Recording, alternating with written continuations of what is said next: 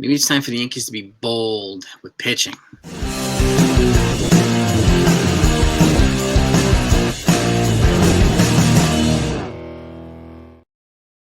Happy Friday, everybody. Hope you're doing well. Hope you're getting ready for a weekend, a good one. So, we talked about Juan Soto ad nauseum, right? We're all playing the waiting game right now, waiting for him to make his decision and so on and so forth. So, that's what we have right now. We know the teams that are in play: the Yankees, the Mets, to a degree, the Dodgers, the Red Sox, and probably the Blue Jays. And all have offers north of 600 million, right? At the end of the day, it's probably going to come down to who does he really want to play with? Where does he want to go? Because the money's going to be similar no matter what. Okay. And we just don't know the number. I'm not wasting my time listening to Carlos Mendoza's son leak information that he got a 15-year, $700 million offer. We don't know if that's true. We don't even know who Carlos Mendoza's son is. So I'm not going to buy all that stuff. It's just there's a lot of this BS floating around right now. You don't know what to believe. So, and again, it comes from everywhere. But until it gets leaked, reported by Jack Curry and Ken Rosenthal and Jeff Passan, I'm not going to sit around and wait for it. I do expect the decision probably to be made this weekend, and then maybe announced during the winter meetings. The winter meeting starts Sunday, so I'll be live at the winter meetings. By the way, every day with Hector from Morning Brew. So make sure that you're subbed to this channel. Make sure that your notifications are turned on. I thank you so much for that. Okay, I'm going to try to get to 22K subs by the end of this month, by the end of the year. So your support is really greatly appreciated. But now, let's focus on pitching today. Okay, what do the Yankees do? There's a lot of talk about Max Fried and Juan Soto as being a potential duo option, right? And Max Fried had a good meeting with the Yankees. He's interested in another one. He liked what the Yankees had, what they told him, what they were doing. So far, it sounds like he was relatively sold on the Yankees. And Max Fried, let me just give you a sample size of his stats. He's a lefty pitcher from the Braves, 31 years old. He's got a career of 73 and 36, 3.07 ERA, 884 innings pitched, 863 Ks, so with a whip of 1.16. So averages about a strikeout an inning. He's not a big strikeout guy, but he's a dependable lefty frontline starter. He could come here and probably be the number 2 that we were hoping Carlos Rodon would be, and hasn't become yet. Maybe he'll push Rodon down to 3. But if he came here, and again, it would give the rotation more protection. It would give Cole more protection as well. I expect better performance from Cole this year, more innings, so they have to rely less on the bullpen. The Yankees have done a great job at getting relievers off the dumpster pile, right? Out of wherever you're getting them from, and turning them into valuable contributors. I expect them to continue to do that. Okay, they're very good at it. Now, would I be happy if they brought in a more frontline reliever? Yeah, I would also be happy if they brought back Tommy Kahnle and Tim Hill, more specifically Tim Hill. I think they could replace Tommy Kahnle with someone else, but Kahnle's been good for them, so I wouldn't mind if they brought him back either. But Max Fried is one. Now you're probably looking at $25 million a year, maybe, for probably 5 or 6 years for Max Fried. And he's not represented by Scott Boras, he's represented by CAA Sports. Okay, but he's still going to get a big contract no matter what. Okay, and his portrait of, especially over the last 4 or 5 years, of just durability, with the exception of a little injury last year, but he's been pretty durable over the years. And he induces ground balls, he induces weak contact, so he does a lot of stuff that would make him an attractive candidate for the Yankees to acquire him and add to that rotation. Okay, now you have Corbin Burnes is next. Now Corbin Burnes is the frontline guy. He's the number 1 guy this offseason. He's more, and I'll give you an example of his body work. He's 60 and 36 with a 3.19 ERA, 900 innings pitched, 1,051 strikeouts with a whip of 1.06. So, and he's also got a Cy Young to bat too. So he's a little bit more frontline, a little bit more dominating than Max Fried. But he's also going to cost more. Okay? And probably anywhere from $6 to $10 million per year more. And he'll probably get a 6 or 7 year deal.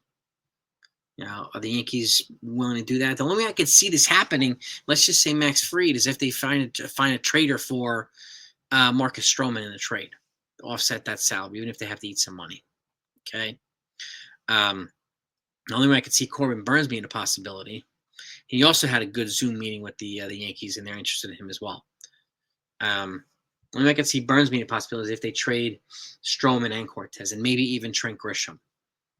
Right? Let's just say the Yankees make that Cody Bellinger trade. Could they package could they package Nestor Cortez and Trent Grisham, who could replace Cody Bellinger in the outfield for the Cubs for a year on the cheaper? The Yankees could offset some of that salary, bring back Cody Bellinger here.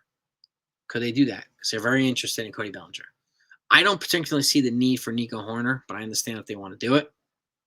Caleb Durbin's got a more applicable skill set, but they're very, very similar, and he's just a hell of a lot cheaper than Nico Horner too. So he's one of two rookies, the other one being Jason Dominguez, that I think are going to make the Yankees roster in 2025. Okay, but going back to Corbin Burnes, I do think they'd have to move both pitchers. Okay, and just to give you an example of the stats from Nestor Cortez and Marcus Stroman. Marcus Stroman, 87-85 his career, 3.72 ERA. This year he was 10-9, 154 innings pitched with a 4.31 and 113 Ks. Nestor Cortez was 9-10 this year with a 3.77 ERA, 174 innings pitched, 162 Ks, whip 1.15. So that's 300 plus innings that you would be moving on from. If they do that, expect one of these pitchers to come back here. One of these, and it would have to be one of these two. I don't see the point. I don't know see anybody else who would be an upgrade. Jack Flaherty could be on a short term, but there are risks that go along with him. I would choose Fried over Flaherty if I could. I would choose Burnes over Flaherty if I could. But the question is, do they want to commit that long to one of these guys? They're both 30, right? I think Fried might just turn 31. So there's risk going to be involved with this. At some point, they will, decline noticeably, right? Hopefully, it's later than sooner, obviously. But with that said, do they consider Walker Buehler? Do they consider a trade for a younger pitcher instead of signing one of these guys in free agency? At the end of the day, I still think they need to add a starting pitcher. And Nestor Cortez and Marcus Stroman seem to be the most tradable. Obviously, it's tradable. If you want, you want to package Stroman somewhere, could you offer a good prospect along with him so that the Yankees wouldn't have to eat any contract? Otherwise, the Yankees would probably have to eat almost half the contract. What if you offered Roderick Arias to a team with Marcus Stroman and got a reliever back? What if you offered both those guys to the Marlins and got Andrew Nardi back? Just a thought. Right? That'd be kind of funky. Andrew Nardi's got several years of control left from the lefty side in the bullpen. Right? The Marlins could use a starter who's healthy, and they can also use a versatile infield player. But his versatility will play well on a lot of teams. So if I'm trying to trade Marcus Stroman, which I think the Yankees are going to try and do, and I don't want to eat any money, Roderick Arias is a really good player to attach to a trade. Really good player to attach to a trade. And the fact of the matter is, he's blocked by George Lombard Jr. here. So might be time to extract some value for him. And if they get one of these starters with Juan Soto, it changes the whole landscape of the Yankees offseason. Okay? And we don't have to go super aggressively on high-end relievers in free agency. You could still trade for it. You could trade me. I'm hearing now that the Cardinals are less likely to trade Ryan Helsley. Maybe you can trade for Devin Williams, right? Maybe you can trade, like I said, Andrew Nardi would be a guy that I would be looking into. And again, you can get a couple of these guys on the cheap. Their front line. I like Tanner Scott, but I don't know if they want to play $15 million a year for him, right? Unless they're trading. And this is the other thing, too. If they sign one of these starters, I'm pretty confident that Brian Cashman has trades lined up already and probably agreed to for Cortez or Stroman or both, and even some other guys. Why? Because if he signs somebody and doesn't have the stuff worked on and agreed to, then he loses leverage. Teams know this. Right? They're going to want the Yankees to give more, eat more, attach a good prospect, and they'll give them a little bit. They'll give the Yankees a little bit more resistance to take somebody, right? And I think Nestor Cortez is the most appealing trade block. And again, if you look at what the starting pitching on the left-hand side is getting, right? Blake Snell, And some of these other guys, you say Kikuchi, they're getting paid. So, and there's a couple. I mean, there's just a few left, but the starting pitching is getting paid. Sean Manaea is going to get paid. So Nestor Cortez is here on the cheap for a year. A team would probably very likely bite on an offer for Nestor Cortez. So just a thought there. I think it would be a good idea. But this is an opportunity this offseason for the Yankees to load up on pitching too. Okay? To complement what's hopefully Juan Soto coming back. Okay, and again, once that's announced, we'll get to it. If anything else comes out, I'll get to that too. Okay, just make sure, like I said, your notifications are turned on at this channel. Okay, I'll take care of the rest. I'll give you every piece of news up to that point as well. But this pitching I wanted to talk about today because it's just important.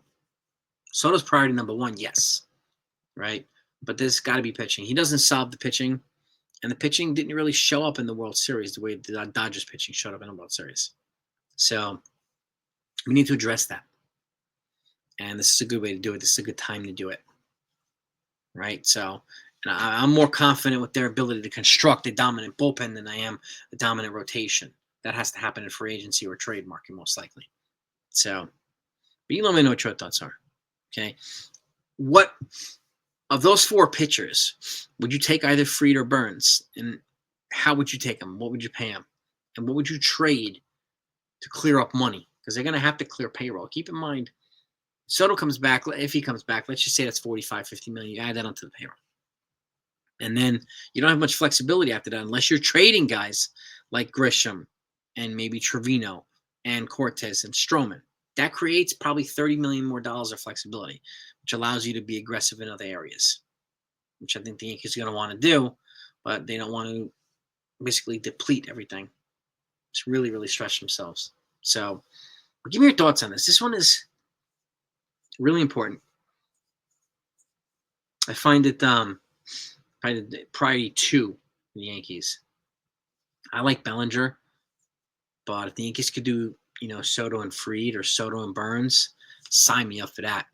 Because you can still go get Carlos Santana from the Guardians or somebody like that, or maybe trade for a first baseman that's available. So Bellinger would be nice, but I think I would lean towards starting pitcher first before Bellinger. Let me know what your thoughts are. This is it's going to be a really interesting topic of discussion over this next week into the winter meetings and after winter meetings and so on. And once the big fish falls, like I said, the floodgates will open. A lot of more guys will sign more rapidly. So stay tuned. Talk to you later.